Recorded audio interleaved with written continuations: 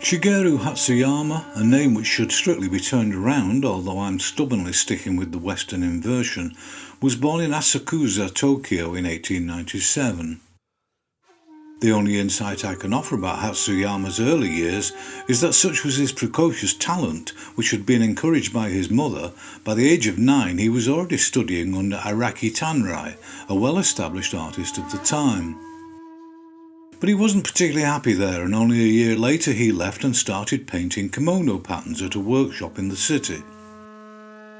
After 4 years working there, in 1911, at the ripe old age of 14, he became a student of Ikawa Sengai, a printmaker best known for his images of beautiful Japanese women.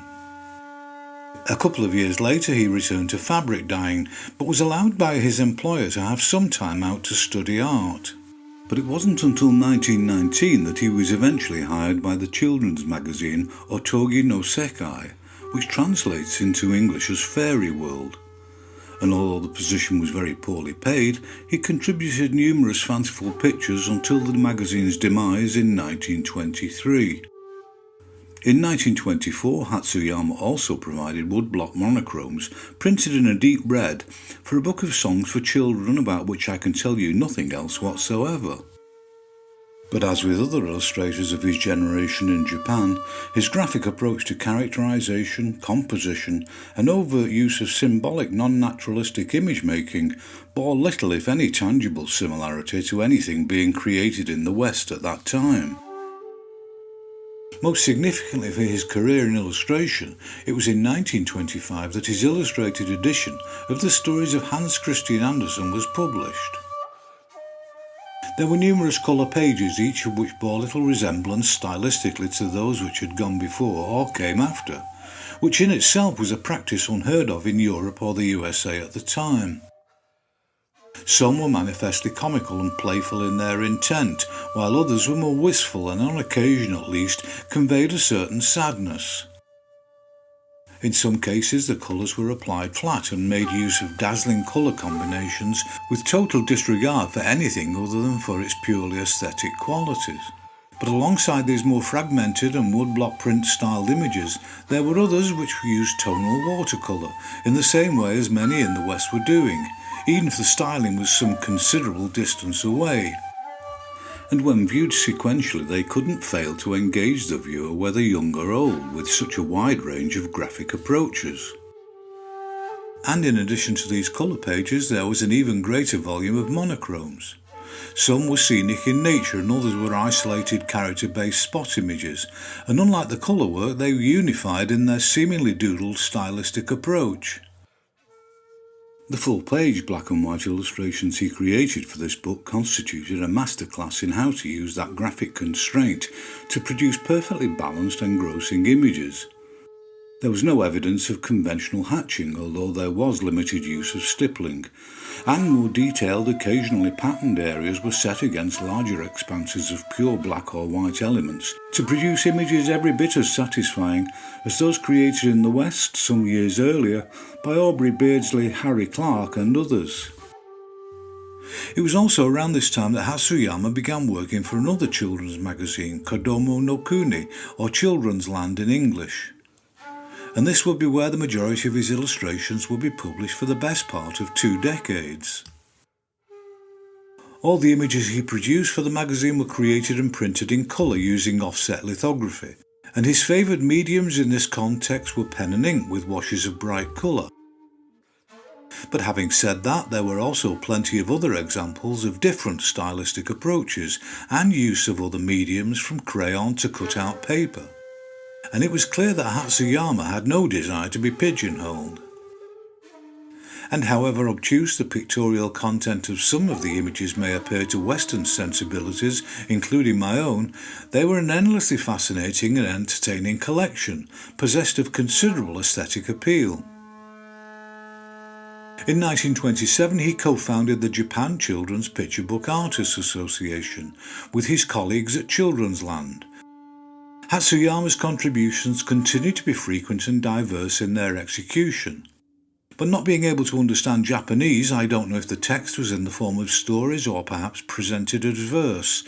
But all of these images were endlessly fascinating, And even if, unlike me, the Japanese children fully understood the meaning of the illustration, I doubt that they would have been any less charmed or engaged.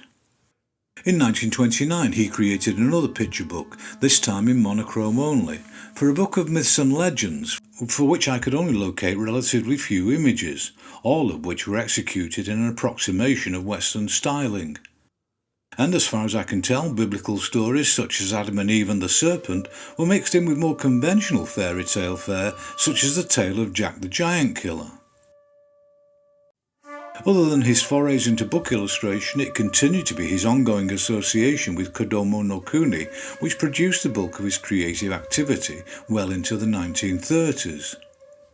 And in addition to the interior pages he illustrated with typical creativity, character and compositional balance, he also created occasional cover images of equal fascination and appeal. He continued to produce woodblock prints for sale as limited editions, and in that regard his image making was even more radically styled and closer to abstraction. But up to the later 1930s it was undoubtedly the children's illustrations for Kodomo no Kuni which formed the backbone of his career, and there was never any sign that his apparently relentless imagination and pursuit of graphic variety was wavering, even in the face of steadily increasing competition from others who were embracing Western-influenced comic book styling in their characters and formatting. And although his colleagues at the magazine were exhibiting similar diversity and visual imagination, I genuinely can't think of any Western contemporaries who were anything like as devoted to the concept of visual variety and application of different mediums in their work.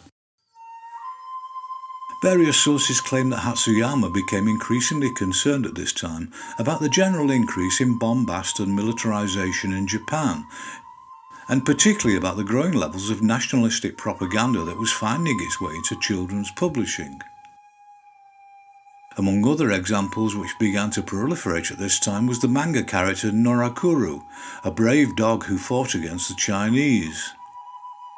But even if he had abandoned the magazine work for Kodomo no Kuni, he did publish a children's picture book about a greedy pig in 1937 titled Ton-chan the Glutton.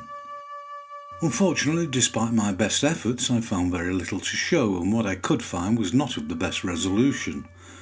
I've done what I could to make them at least a little more presentable, but this is a particular source of frustration as the examples I could find indicate it was a fascinating, funny and graphically distinctive publication.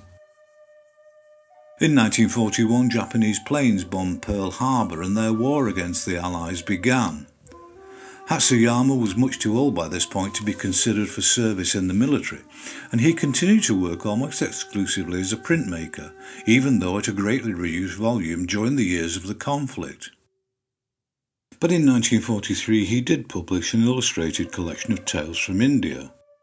This proved to be a fascinating fusion of the art and folklore of that country, filtered through manifestly Japanese styling. And although I don't know for sure, it looks very much like the colour pages were created as semi-abstracted limited palette woodblock. The book also featured complex monochromes, which were generally laid out with a strong patterned composition. Whether it was aimed at children or an adult audience, I have no idea. Following Japan's surrender in the wake of the annihilation of Hiroshima and Nagasaki in 1945, Hatsuyama redoubled his efforts as a printmaker, and in the post-war years arguably became more popular, respected and financially successful in that capacity than he had been with his earlier work as an illustrator.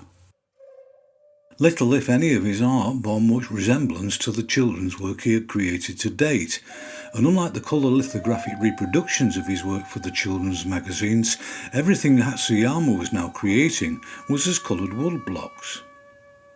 But despite their stylisation and semi-abstraction, they continued in the main to feature some form of human element, and even if his work was no longer aimed at children, there was still a determinedly whimsical attitude prevalent in much of what he produced. And children at play were a common recurring theme in many of his prints. He became a popular choice for the creation of ex libris bookplates, all of which surprisingly, to me at least, actually incorporated the Latin expression into the design.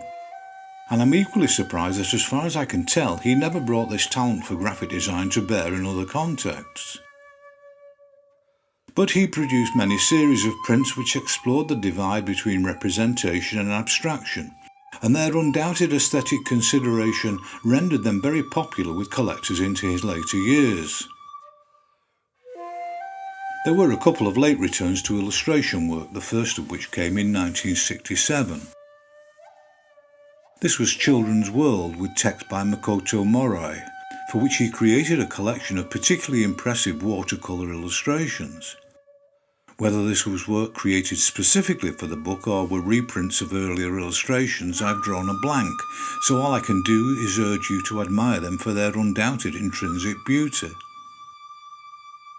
And in 1970, at the age of 73, Hatsuyama produced what was undoubtedly one of the most significant achievements of his illustration career, with a heavily pictorial book reimagining of the thematic content of Tchaikovsky's Swan Lake, with a written narrative by Erika Kashida.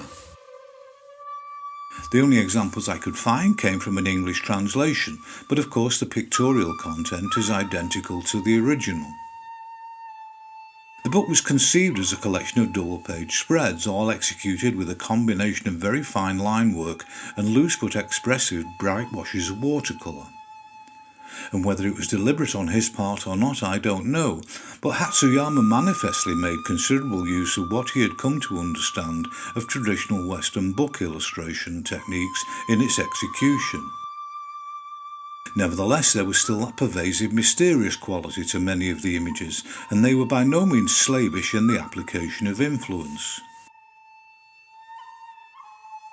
But either way, they were a considerable distance from the prints he continued to make, where there was no requirement for narrative or even necessarily meaning of any kind. And he continued to produce yet more to meet what seems to have been an insatiable demand from collectors for his work. But disaster struck in 1973 when there was a serious fire at Hatsuyama's home, and he subsequently died at the age of 76 in hospital from the burns he suffered.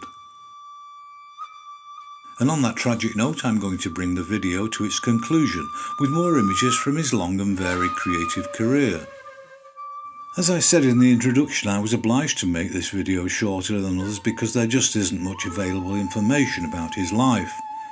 And there are undoubtedly some less than reliable years offered up for some of the work shown, and a greater than usual amount of speculation regarding some of his illustrations.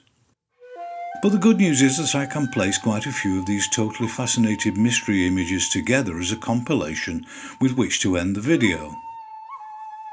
And whatever the undoubted blunders I've made, I hope that the sheer visual quality of his work has been enough to carry the day.